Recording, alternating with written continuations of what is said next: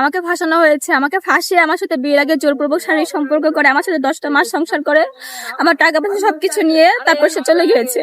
মানে এই যে আমি বিচার পাচ্ছি না, কারণ আমি কিছু দিতে পারছি না, আমার কাছে দেওয়ার মতো কোনো কিছু নাই, এই জন্য আমি বিচার পাচ্ছি না। আমি একটা দুটা জায়গা না, এমন কোনো জায়গা নাই যেখানে আমি না গেছি এই বিচারের জন্য। আমি মূলত কোনো বিচার পাচ্ছি না। আমি গত 7 জুলাই মঙ্গলবার মোহাম্মদপুর থানায় ওনাকে আমি বসে বসে, উনি আমার পাশাপাশি বসেছিল না, আমি বললাম যে দেখেন আমি একটা মেয়ে মানুষ, আপনি আমার সাথে অন্যায় করছেন। ওর চোখে মুখে কোনো অনুশোচনা নাই, ও দাঁত বের করে, মানে 32টা দাঁত তো নাই, 24টা দাঁত বের করে করে আমাদের বলতেছে যে পুরুষ মানুষের লজ্জা কি, যা হওয়ার তর হয়েছে, আমার তো কিছু হয় নাই। সেখানে পুলিশ পর্যন্ত সাই দেয়, বলে পুরুষ মানুষের লজ্জা কিসের।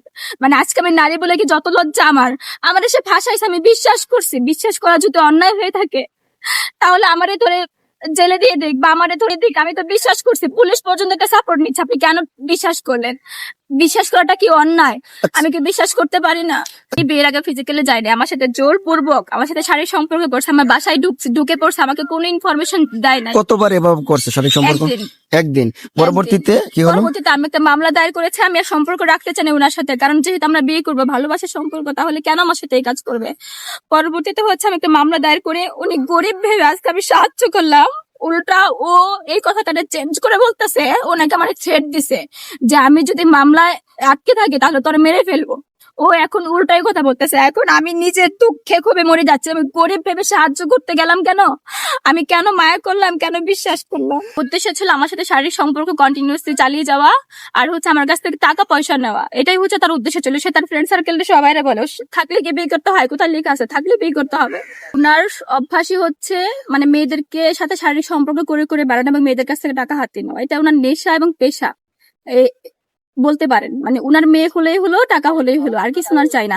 48 বছরের একটা মহিলার সাথে শারীরিক সম্পর্ক করে, তো যে লোকটা 48 বছরের মহিলার সাথে শারীরিক সম্পর্ক করতে তার ঘৃণা লাগে না, সে কোন পর্যায়ের কোন রুচির লোক হতে পারে আপনারা চিন্তা করে লাগে। আমি জানি না, তবে উনি, আমি যতটুকু জানি, উনি চোরাই কারবারের সাথে জড়িত, স্বর্ণের ব্যবসার সাথে উনি জড়িত।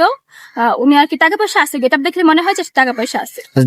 যদি আমি বিচার না পাই, আমি প্রত্যেকটা ছেলেরে বলবো, আমি যদি বিচার না পাই, আপনার প্রত্যেকটা মেয়েরা আপনার প্রথমে সেটা জোরপূর্বক হোক, ভূতে বিয়ে করবেন। যদি মামলা দিয়ে দেয়, বিয়ে করে মামলা খালাস করে ছেড়ে দিবেন। বাংলাদেশে কোনো বিচার না, আপনারা এই কাজটাই করবেন, যাতে কারো মা বোন এই বাংলাদেশে সুন্দরভাবে না বাঁচতে পারে, না চলতে পারে। আপনারা সবাই কাজ করবেন, তাহলে সবাই আমার মতো হয়ে যাবে। যখন আমি আজকে হয়েছে, আমি কারো বোন না, আমি কারো মেয়ে না, আজকে এজন্য আমার পাশে কেউ দাঁড়াচ্ছে না। যখন তাদের মেয়েরা হবে, তাদের বোনরা হবে, তখন তাদের ঠিকই টনক নড়বে। অবশ্যই আমার কষ্ট এটা বলা ছাড়া আর কি করা আছে। আমি যদি বিচার পাচ্ছি না, তাহলে আমি এখন এটাই বলবো, আমি প্রত্যেকটা ছেলেকে এই কথাটা বলবো, আপনারা বিয়ে করবেন, তারপর ছেড়ে দেবেন।